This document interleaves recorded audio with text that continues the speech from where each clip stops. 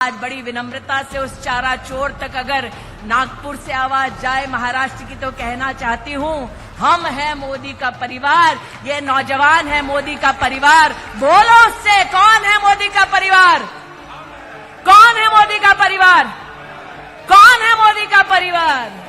अरे जिसका परिवार 140 करोड़ का है, उसका बाल भी बांका नहीं हो पाएगा कि 10 साल प्रधान सेवक के नाते इस परिवार के लिए जो वो भारत कहते हैं, उस परिवार के लिए जूझते जूझते परिश्रम करते करते आज राजनीति के उस पड़ाव पर पहुंचे हैं जहां इंडिया अलायंस के एक चारा चोर ने ये कहा कि मोदी का कोई परिवार नहीं। आज बड़ी विनम्रता से उस चारा चोर तक अगर नागपुर से आवाज जाए महाराष्ट्र की तो कहना चाहती हूँ, हम हैं मोदी का परिवार, ये नौजवान है मोदी का परिवार। बोलो उससे, कौन है मोदी का परिवार?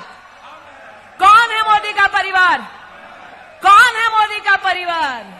अरे जिसका परिवार 140 करोड़ का है, उसका बाल भी बांका नहीं हो पाएगा।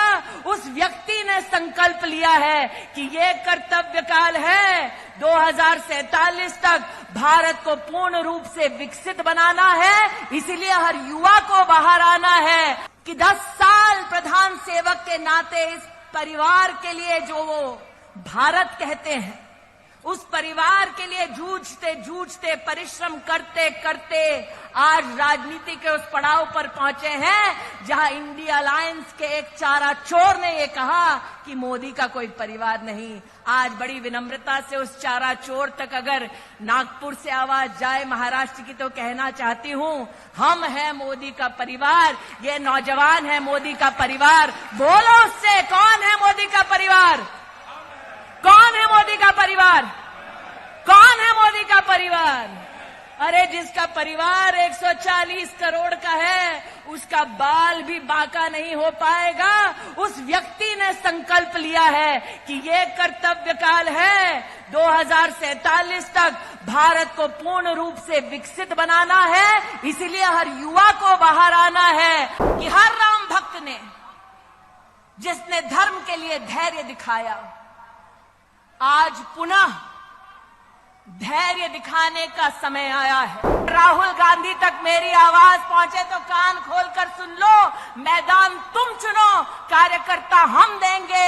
आओ तुम्हारे 10 साल और मोदी के 10 साल के बीच में इतनी गारंटी देती हूं कि युवा मोर्चा का एक भी साधारण कार्यकर्ता जाकर राहुल गांधी के सामने बोलने लगे तो राहुल गांधी में इतना दम नहीं कि युवा मोर्चा के किसी कार्यकर्ता के सामने टिक जाएगा। 26/11 का आतंक हम सब ने अपनी आंखों से देखा।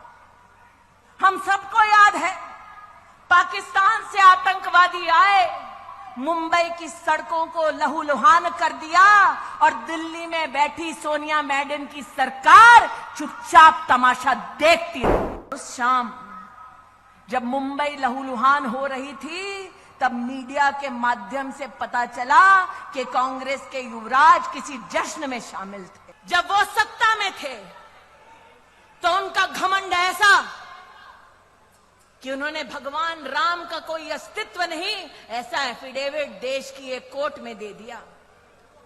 उनका घमंड देखिए कि जब वो सत्ता में थे तब उन्होंने दस्तावेज दे दिया कि राम सेतु नाम की कोई चीज नहीं। अहंकार आज भी बरकरार है। जब रामलला का भव्य मंदिर निर्मित हो रहा था, जब प्राण प्रतिष्ठा समारोह के लिए उनको भी आमंत्रित किया गया, अहंकार देखिए, उन्होंने आमंत्रण को ठुकरा दिया। देवेंद्र भाई, रस्सी जल गई, बल नहीं गया। इसलिए आज आप सबसे कहती हूं कि हर राम भक्त ने, जिसने धर्म के लिए धैर्य दिखाया, आज पुनः धैर्य दिखाने का समय आया है।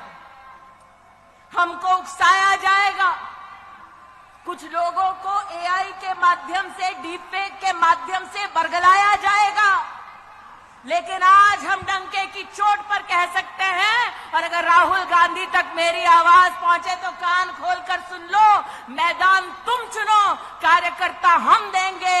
आओ, तुम्हारे 10 साल और मोदी के 10 साल के बीच में क्या फर्क है, इस पे चर्चा हो जाए। मैं नहीं कहती मैं जाऊंगी चर्चा के लिए, तब पक्का नहीं आएंगे तेजस्वी, लेकिन इतनी गारंटी देती हूं कि युवा मोर्चा का एक भी साधारण कार्यकर्ता जाकर राहुल गांधी के सामने बोलने लगे तो राहुल गांधी में इतना दम नहीं कि युवा मोर्चा के किसी कार्यकर्ता के सामने टिक जाएगा।